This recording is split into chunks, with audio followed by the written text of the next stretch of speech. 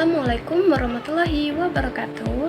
Perkenalkan, kami dari kelompok 4. Kami dari RK2A dengan judul Himpunan dan Fungsi. Saya Selvianti dengan NIM 246661002. Saya Rotinca Sitorus dengan NIM 246666103. Nama saya Robin Hermanto dengan NIM 246661008. Saya Nia Bintang Febriani dengan NIM 246661012. Saya Siti Ramasarina dengan NIM 246661014. Nur Alia Jaha dengan NIM 246661020. Naswa Gaitsa Azizatunisa dengan NIM 246661023. Sufina Fitri dengan NIM 246661028.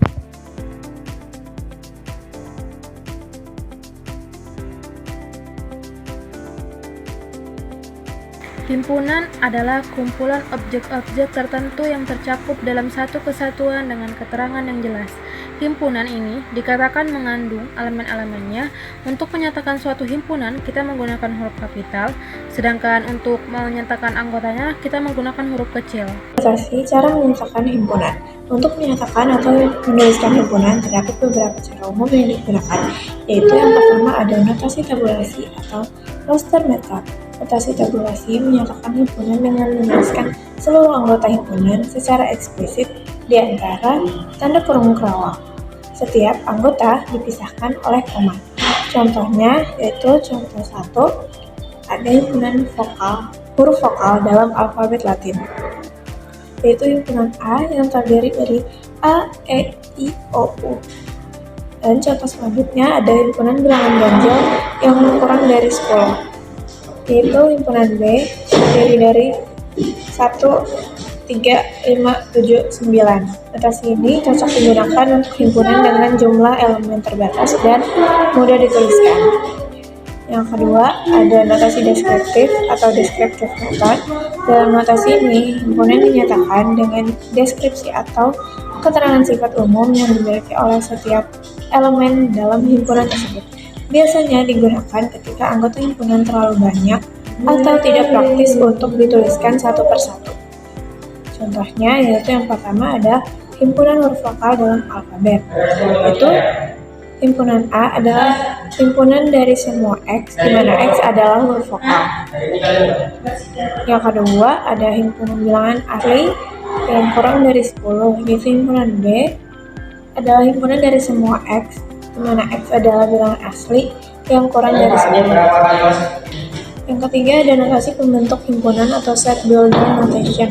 Notasi ini mirip dengan notasi deskriptif tetapi lebih formal dan menggunakan simbol matematika. Notasi ini biasanya digunakan dalam konteks bilangan dan fungsi. Struktur umumnya yaitu himpunan semua X anggota dari S sedemikian hingga X memenuhi suatu kondisi tertentu. Contoh pertama yaitu ada himpunan bilangan genap kurang dari 10, yaitu himpunan C adalah semua X dalam bilangan asli atau N sedemikian hingga X genap dan X kurang dari 10. Contoh kedua yaitu ada himpunan bilangan real positif, yaitu himpunan D adalah semua X dalam bilangan real atau R sedemikian hingga X lebih besar dari 0. Pemilihan notasi ini untuk menyatakan himpunan tergantung pada konteks, kompleksitas, dan jumlah anggota himpunan tersebut. Kalian ketahui, himpunan terbagi menjadi beberapa jenis. Di antaranya, yang pertama, himpunan kosong. Himpunan kosong merupakan himpunan yang tidak memiliki anggota atau elemen sama sekali di dalamnya. Biasanya dinotasikan dengan angka 0 dicoret atau kurung kurawal tanpa isi. Lalu yang kedua ada himpunan semesta. Himpunan semesta adalah himpunan yang mencakup seluruh anggota atau elemen yang sedang dibahas dalam konteks tertentu. Biasanya dinotasikan dengan huruf S kapital. Yang ketiga ada himpunan bagian. Himpunan bagian adalah himpunan yang anggota atau elemennya berada dalam himpunan lainnya. biasanya dinotasikan dengan huruf C garis bawah. Keempat, ada himpunan sama. Himpunan biasanya dikatakan sama jika terdapat anggota atau elemen di dalamnya yang sama dengan himpunan lainnya. Biasanya dinotasikan dengan sama dengan. Yang kelima, ada himpunan ekuivalen. Himpunan ekuivalen merupakan dua himpunan yang memiliki jumlah anggota atau elemen yang sama, walaupun jenis dari anggota atau elemen tersebut berbeda. Biasanya dinotasikan dengan dua garis gelombang. Operasi himpunan. Yang pertama, irisan himpunan. Irisan himpunan A dan B adalah himpunan dengan anggota-anggota yang sama yang terdapat pada himpunan tersebut, yang dinyatakan dengan persamaan A iris B variabel X, di mana variabel X merupakan anggota himpunan dari A dan variabel X merupakan anggota himpunan dari B. Yang kedua, gabungan himpunan. Himpunan gabungan menyatakan operasi untuk menggabungkan anggota-anggota dari dua himpunan atau lebih menjadi himpunan baru, yang dinyatakan dengan persamaan A gabungan B sama dengan variabel X, di mana variabel X merupakan anggota himpunan dari A atau variabel X merupakan anggota himpunan dari B. Yang ketiga, ada selisih himpunan. Selisih dua himpunan yang meliputi semua anggota himpunan yang tidak dimiliki himpunan lain, yang dinyatakan dengan persamaan A selisih B sama dengan variabel X, di mana variabel X merupakan anggota himpunan A atau variabel X bukan anggota himpunan B. Yang terakhir, ada komplemen himpunan. Komplemen dari sebuah himpunan A adalah himpunan semua anggota atau yang disebut dengan himpunan semesta yang tidak ada di himpunan A. Diagram Venn menyajikan himpunan sebagai bentuk-bentuk geometris, umumnya berupa lingkaran yang terletak di dalam suatu persegi panjang yang mewakili himpunan semesta. Biasanya disimbolkan dengan huruf U.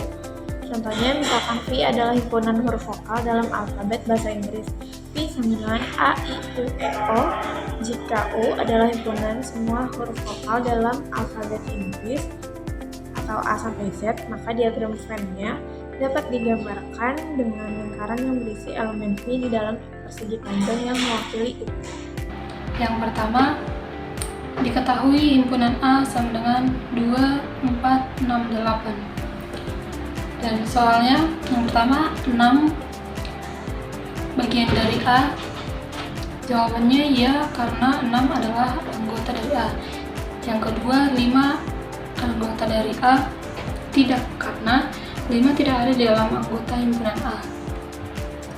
Kemudian contoh soal yang kedua, yaitu gabungan irisan dan selisih. Diketahui himpunan A adalah 1, 2, 3, dan 4, dan B 3, 4, 5, 6. Soal yang pertama,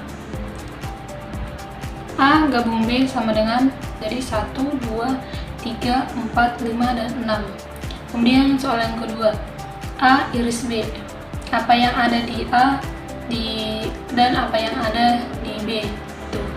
Jadi jawabannya adalah 3 dan 4, karena sama-sama ada di himpunan A dan ada di himpunan B. Kemudian yang ketiga, A selisih B. A selisih B ini adalah anggota yang tidak ada di himpunan B, tapi ada di himpunan A. Kemudian contoh soal yang ketiga yaitu komplemen himpunan. Misalkan semesta sama dengan 1, 2, 3, 4, dan 5, dan A sama dengan 2 dan 4. Tentukan komplemen dari A dan A aksen. Jadi jawaban dari A aksen adalah 1, 3, 5. Kenapa 1, 3, 5? Karena A aksen adalah semua anggota semesta yang tidak ada di A. Maka jawabannya 1, 3, dan 5. Fungsi atau pemetaan adalah relasi dari himpunan A ke himpunan B jika anggota himpunan A berpasangan tepat satu dengan anggota himpunan B. Nah, untuk himpunan A kita sebut sebagai domain atau daerah asal, sedangkan untuk himpunan B kita sebut kodomain atau daerah kawan. Hasil dari pemetaan himpunan A dan himpunan B kita sebut sebagai range fungsi atau daerah hasil. Dalam mempelajari fungsi, kita mengenal istilah penting yaitu domain, kodomain, dan range. Domain adalah himpunan semua nilai input yang boleh dimasukkan ke dalam sebuah fungsi. Jadi, domain berisi angka-angka yang bisa kita gunakan untuk menghitung nilai fungsi. Sementara itu, kodomain adalah himpunan semua kemungkinan output yang mungkin dihasilkan oleh fungsi. Meskipun tidak semua nilai dalam kodomain pasti tercapai, dengan kata lain, kodomain merupakan target dari fungsi. Sedangkan range adalah himpunan nilai output yang benar-benar dihasilkan setelah kita memasukkan semua nilai dari domain ke dalam fungsi. Jadi range ini adalah bagian dari kodomain, tetapi bukan seluruh kodomain. Berdasarkan sifatnya, jenis-jenis fungsi ada 3. Yang pertama, fungsi satu-satu. Dikatakan fungsi satu-satu apabila elemen fungsi f dari A ke B tidak memiliki dua elemen A yang memiliki bayangan yang sama. Yang kedua ada fungsi onto. Dikatakan fungsi onto apabila setiap elemen himpunan B merupakan bayangan dari satu atau lebih elemen himpunan A. Lalu yang ketiga ada fungsi bijektif. Fungsi bijektif ini memiliki sifat onto dan satu-satu. Belajar tentang komposisi fungsi, yaitu menggabungkan dua fungsi menjadi satu fungsi baru. Misalnya ada dua fungsi fx dan gx. Maka komposisi fungsi f komposisi g x berarti kita mengerjakan fungsi gx terlebih dahulu. Lalu hasilnya dimasukkan ke dalam fungsi fx. Sebaliknya, jika kita mengerjakan g komposisi fx, kita kerjakan fungsi fx terlebih dahulu. Kemudian baru masuk ke fungsi gx. Dengan komposisi ini, kita dapat memetakan hubungan antara dua proses atau lebih secara berurutan. Terakhir, ada yang disebut dengan fungsi inverse. Fungsi inverse adalah fungsi yang membalikkan proses dari fungsi awal. Jika fungsi asal membawa kita dari nilai A ke nilai B, maka fungsi inverse membawa nilai B kembali ke nilai A.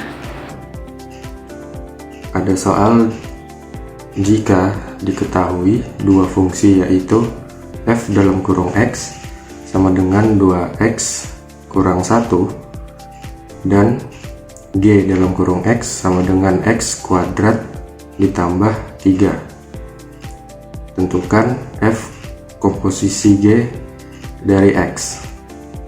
Kita mulai dengan mencari g dalam kurung x, yaitu x kuadrat tambah 3. Lalu kita substitusi ke dalam f dalam kurung x, sehingga menjadi f dalam kurung x kuadrat tambah 3. Setelah itu kita hitung 2 dalam kurung x kuadrat tambah 3 kurang 1. Hasilnya adalah 2x kuadrat tambah 6 kurang 1. Dan disederhanakan lagi menjadi hasilnya 2x kuadrat ditambah 5.